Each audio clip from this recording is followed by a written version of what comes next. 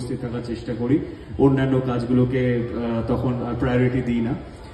খুব ভালো লাগছে এখানে এসে, আবার হয়তো পরের বছর আবার আসবো, এবং সকলকে জানাই মেরি ক্রিসমাস, নতুন বছর আসছে, সবাই খুব ভালো থেকো, আনন্দ করো, আর হ্যাঁ অবশ্যই বাংলা ছবি দেখো, যাতে আমরা পরবর্তী অনেক ছবি আনবো তোমাদের সকলের জন্য, সেগুলোর পাশে থেকো, এটাই আমাদের কাজ, এইটুকুই চাওয়া তোমাদের থেকে। তো অসংখ্য ধন্যবাদ। আর যেটা ঐন্দ্রিলাও বললো, আমি খুব বেশি কথা বলবো না, আমরা প্রত্যেকবার আসি অনেক কথা বলি, অবশ্যই আজকে ঋতুদি বলো।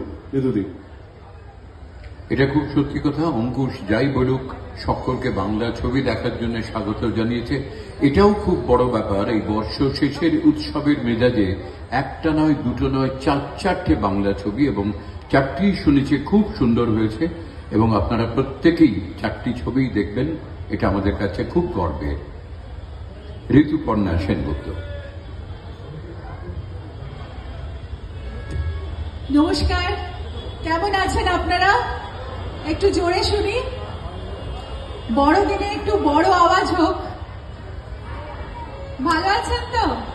খুব ভালো থাকবেন। আশা করি আপনাদের আগামী বছরটাও খুব সুন্দর হবে।